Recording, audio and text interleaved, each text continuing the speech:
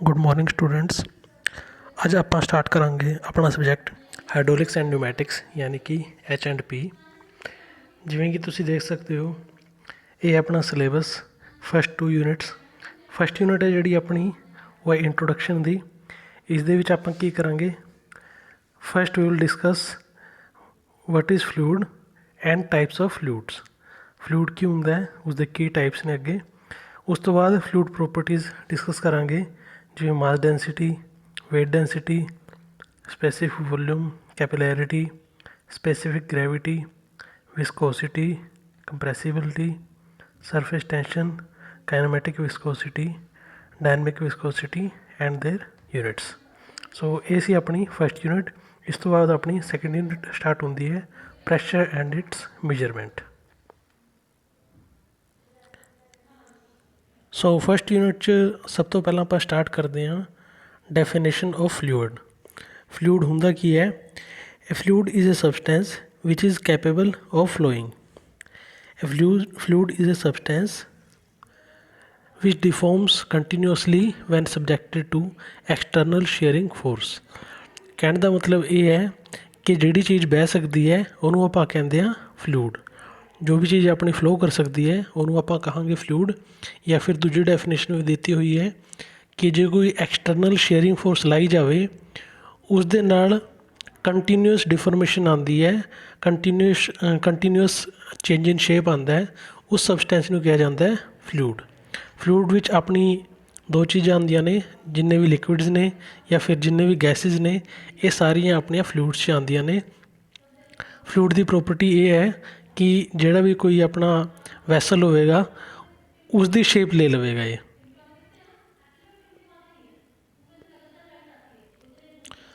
Next is types of fluid. Types ਆਪਾਂ ਨੂੰ ਦਿੱਤੀਆਂ ਗਈਆਂ ਨੇ।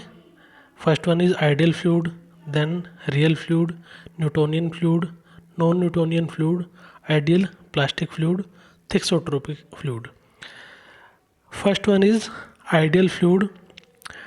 A fluid which is incompressible, has no viscosity and no shearing resistance is known as ideal or perfect fluid। Meaning कोई भी fluid ਜਿਹੜਾ compress ਨਾ ਹੋ ਸਕੇ, ਜਿਹਨੂੰ ਦਬਾਇਆ ਨਾ ਜਾ ਸਕੇ। First thing. Second thing, has no viscosity. Viscosity ਆਪਾਂ ਅੱਗੇ ਵੀ ਡਿਸਕਸ ਕਰਾਂਗੇ ਕਿ ਜਿਹੜੀ ਫਲੂਇਡ ਦੀ ਲੇਅਰਸ ਹੁੰਦੀਆਂ ਨੇ ਉਹਨਾਂ ਦੇ ਵਿੱਚ ਜਿਹੜਾ ਫ੍ਰਿਕਸ਼ਨ ਹੁੰਦਾ ਹੈ ਉਹਨੂੰ ਆਪਾਂ ਕਹਿੰਦੇ ਹਾਂ ਵਿਸਕੋਸਿਟੀ। ਤਾਂ ਜਿਹੜਾ ਆਈਡੀਅਲ ਫਲੂਇਡ ਹੈ ਉਸ ਦੇ ਵਿੱਚ ਵਿਸਕੋਸਿਟੀ ਦੀ ਵੈਲਿਊ 0 ਹੁੰਦੀ ਹੈ। ਨੋ ਸ਼ੇਅਰਿੰਗ ਰੇਜ਼ਿਸਟੈਂਸ। ਸ਼ੇਅਰਿੰਗ ਰੇਜ਼ਿਸਟੈਂਸ ਵੀ ਵਿਸਕੋਸਿਟੀ ਦੇ ਕਰਕੇ ਹੁੰਦਾ ਹੈ। ਜੇ ਵਿਸਕੋਸਿਟੀ ਨਹੀਂ ਹੈ ਤਾਂ ਕੋਈ ਸ਼ੇਅਰਿੰਗ ਰੇਜ਼ਿਸਟੈਂਸ ਵੀ ਨਹੀਂ ਹੋਵੇਗਾ। ਜਿਸ ਦੇ ਵਿੱਚ ਇਹ ਤਿੰਨ ਪ੍ਰੋਪਰਟੀਜ਼ ਹੁੰਦੀਆਂ ਨੇ ਉਹਨੂੰ ਆਪਾਂ ਕਹਾਂਗੇ ਪਰਫੈਕਟ ਫਲੂਇਡ ਔਰ ਆਈਡੀਅਲ ਫਲੂਇਡ। ਇੱਥੇ ਇਹ ਵੀ ਦੱਸਣਾ ਜ਼ਰੂਰੀ ਹੈ ਕਿ ਕੋਈ ਵੀ ਫਲੂਇਡ ਪਰਫੈਕਟ ਨਹੀਂ ਹੁੰਦਾ, ਕੋਈ ਵੀ ਫਲੂਇਡ ਆਈਡੀਅਲ ਨਹੀਂ ਹੁੰਦਾ। ਉਸ ਦੇ ਵਿੱਚ ਕੁਝ ਨਾ ਕੁਝ ਡਿਫਰੈਂਸਿਸ ਹੋਣਗੇ ਇਹਨਾਂ ਪ੍ਰੋਪਰਟੀਜ਼ 'ਚ, ਤਾਂ ਉਹਨੂੰ ਆਪਾਂ ਕਹਿੰਦੇ ਹਾਂ ਰੀਅਲ ਫਲੂਇਡ।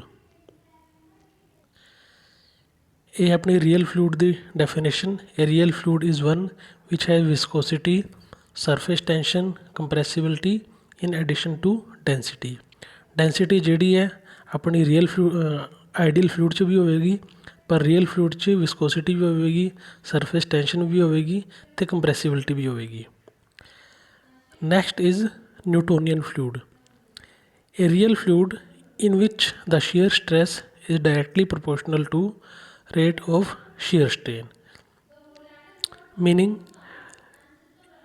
ਇਹ ਇਹੋ ਜਿਹਾ ਫਲੂਇਡ ਹੈ ਜਿਸ ਦੇ ਵਿੱਚ ਸ਼ੀਅਰ ਸਟ੍ਰੈਸ ਹੈ ਉਹ ਰੇਟ ਆਫ ਸ਼ੀਅਰ ਸਟ੍ਰੇਨ ਦੇ ਡਾਇਰੈਕਟਲੀ ਪ੍ਰੋਪੋਰਸ਼ਨਲ ਹੈ। ਜਿਵੇਂ ਜਿਵੇਂ ਆਪਣਾ ਸ਼ੀਅਰ ਸਟ੍ਰੇਨ ਇਨਕਰੀਜ਼ ਹੋਊਗਾ ਉਵੇਂ ਉਵੇਂ ਆਪਣਾ ਸ਼ੀਅਰ ਸਟ੍ਰੈਸ ਵੀ ਇਨਕਰੀਜ਼ ਹੋਊਗਾ। ਜੇ ਮੈਥਮੈਟਿਕਲੀ ਗੱਲ ਕਰੀਏ ਤਾਂ ਇਹਨੂੰ ਆਪਾਂ ਕਹਿ ਰਹੇ tau, that is shear stress.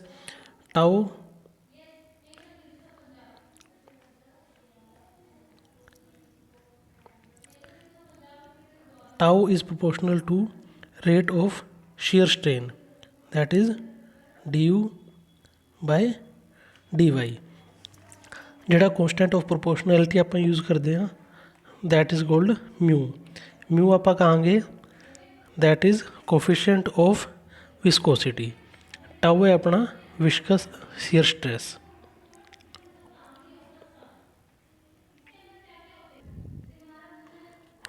Next is non-Newtonian fluid. A real fluid in which the shear stress is not proportional to the rate of shear strain. ਯਾਨੀ ਕਿ ਜਿਹੜਾ ਆਪਾਂ ਨਿਊਟੋਨੀਅਨ ਫਲੂਇਡ ਕੀਤਾ ਸੀ ਉਸ ਦੇ ਵਿੱਚ ਕੀ ਸੀ, rate of shear stress is directly proportional to rate of shear strain. ਉਹਨੂੰ ਆਪਾਂ ਕਹਿ ਰਹੇ ਸੀ Newtonian fluid. Non Newtonian fluid 'ਚ ਇਹ ਦੋਵੇਂ ਚੀਜ਼ਾਂ ਇਕੁਅਲ ਨਹੀਂ ਹੁੰਦੀਆਂ। ਜਿਹੜਾ ਟਾਊ ਹੈ that is not equal to mu d u by d y. ਜੇ ਆਪਾਂ ਡਾਇਗਰਾਮ ਦੀ ਗੱਲ ਕਰੀਏ, ਆਪਾਂ ਇੱਕ ਸਪੋਜ਼ ਗ੍ਰਾਫ ਪਲੋਟ ਕਰ ਰਹੇ ਹਾਂ। ਗ੍ਰਾਫ ਦੇ ਵਿੱਚ ਆਪਣੀ ਜਿਹੜੀ ਵਾਈ ਐਕਸਿਸ ਹੈ ਉਸ 'ਤੇ ਆਪਾਂ ਪਲੋਟ ਕਰ ਰਹੇ ਹਾਂ ਟਾਊ ਦੈਟ ਇਜ਼ ਸ਼ੇਅਰ ਸਟ੍ਰੈਸ, ਅਤੇ ਜਿਹੜੀ ਐਕਸ ਐਕਸਿਸ ਹੈ ਉਸ 'ਤੇ ਆਪਾਂ ਪਲੋਟ ਕਰ ਰਹੇ ਹਾਂ velocity gradient that is d u by d y. ਜਿਹੜਾ ਨਿਊਟੋਨੀਅਨ ਫਲੂਇਡ ਹੈ ਉਸ ਦਾ ਗ੍ਰਾਫ ਕਿਵੇਂ ਬਣੂਗਾ, ਓਰੀਜਨ ਤੋਂ ਸਟਾਰਟ ਹੋਵੇਗਾ ਅਤੇ ਇੱਕ ਐਂਗਲ 'ਤੇ ਇੱਕ ਸਟ੍ਰੇਟ ਲਾਈਨ ਆਪਣੀ ਬਣ ਜਾਵੇਗੀ ਜਿਹੜੀ ਆਪਣੀ ਰਿਪਰੈਜ਼ੈਂਟ ਕਰੂਗੀ ਨਿਊਟੋਨੀਅਨ ਫਲੂਇਡ ਨੂੰ। ਨੋਨ ਨਿਊਟੋਨੀਅਨ ਫਲੂਇਡ ਦੇ ਕੇਸ 'ਚ ਜਿਹੜੀ ਲਾਈਨ ਹੈ ਇਹ ਸਟ੍ਰੇਟ ਨਹੀਂ ਹੋਵੇਗੀ ਬਲਕਿ ਕਰਵਡ ਹੋਵੇਗੀ। ਇਹਨੂੰ ਆਪਾਂ ਕਹਿ ਰਹੇ ਹਾਂ ਨੋਨ ਨਿਊਟੋਨੀਅਨ ਫਲੂਇਡ। ਉਸ ਤੋਂ ਬਾਅਦ ਨੈਕਸਟ ਹੈ ਆਪਣਾ ਆਈਡੀਅਲ ਪਲਾਸਟਿਕ ਫਲੂਇਡ ਔਰ ਬਿੰਗਮ ਫਲੂਇਡ।